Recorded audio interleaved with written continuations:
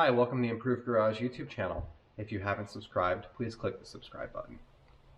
Today I'm going to be talking about some modifications that I'm going to be doing to the Mini Cooper, starting with the very first one, well, very first two, I guess, because they're going to kind of go hand in hand.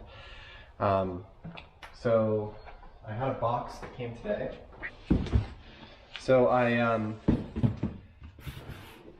I found a, so the, you know, it's a turbocharged car, which means that tunes are highly effective in making more horsepower. I was looking for a tune for the car, and Dinan and BMWs, they kind of go hand in hand, just like APR and Volkswagen did. And I had very good luck with APR with my Volkswagen. APR and Dinan are actually owned by the same company, Holley. So Dinan is to BMW what APR is to Volkswagen. So Dinan makes 3 different tunes for the car.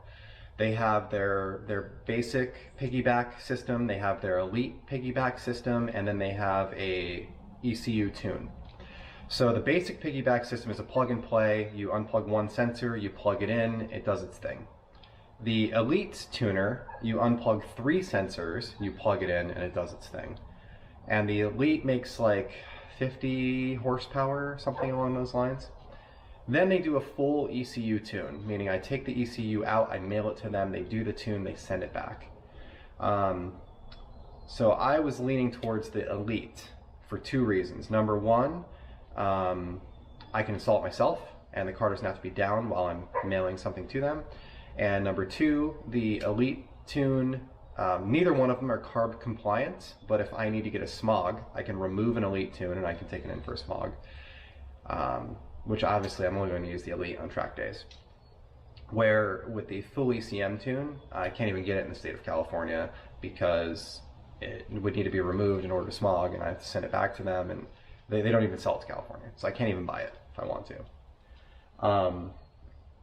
But the ECU tune is pending CARB approval, which means that it will potentially be for sale in California in the future, and an Elite could be traded in towards it, so there's some stuff there. So I found an Elite on eBay. They retail for $900. I found one on eBay for $525. I paid the $525. It's being shipped to me. It's new old stock. It was from a dealership in Illinois that it was never installed in the car. They bought it for inventory and just never used it. It's compatible with a couple different years of Mini Cooper. So it is on its way to me. Meanwhile, I was on some of the Mini forums and I came across some people talking about tunes. And they were talking about this guy named Mario Palza, who is a pretty well-known Mini tuner, apparently, and he lives about 3 hours away from me. Go figure. So I had a conversation with him about a couple different things. He does his own tunes, so he can actually tune my Mini. And his tune will pass smog and be compliant. So, you know, I was looking at that as an option. I already ordered the Dinan tune, it's already on its way, so I told him that I would try out the Dinan, see how it works, and then figure out if I want more, and go from there. And he said that, and I was talking about bolt-ons, exhaust, and other things, and he said, well, the biggest gain that you're going to see is from a downpipe. So I ordered a downpipe from Mario Palza. So this is an Mqubed downpipe. Mqubed is his company, so he makes this, or has it made for him, and this is the downpipe. So I received it today. Oh, he sent me a bag of candy in here too. That was nice of him, and a sticker.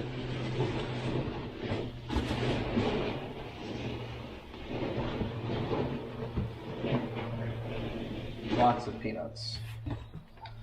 All right, so. Let's get this out of the way. We'll open this guy up. So it looks like I'm going to be reusing existing hardware on this. The downpipe is wrapped well. It's obviously peanutted well. It came from a little ways away.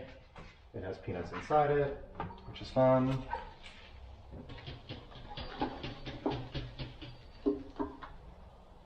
All right, no more peanuts inside it.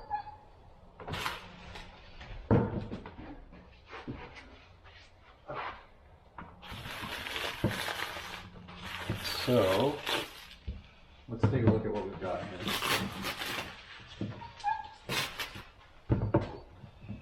So here is the downpipe. You can see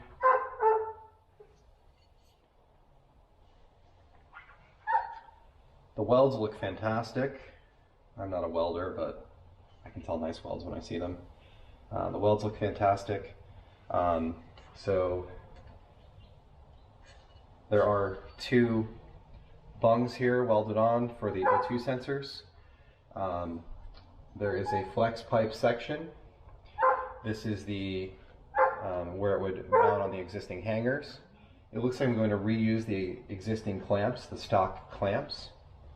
And he said that the O2 sensor will it will pass smog. So I'm pretty excited to try it out, see how it works, and kind of go from there. It seems like a really nicely made product. I paid $5.50 for it, but it seems really well made. And he is a wealth of knowledge.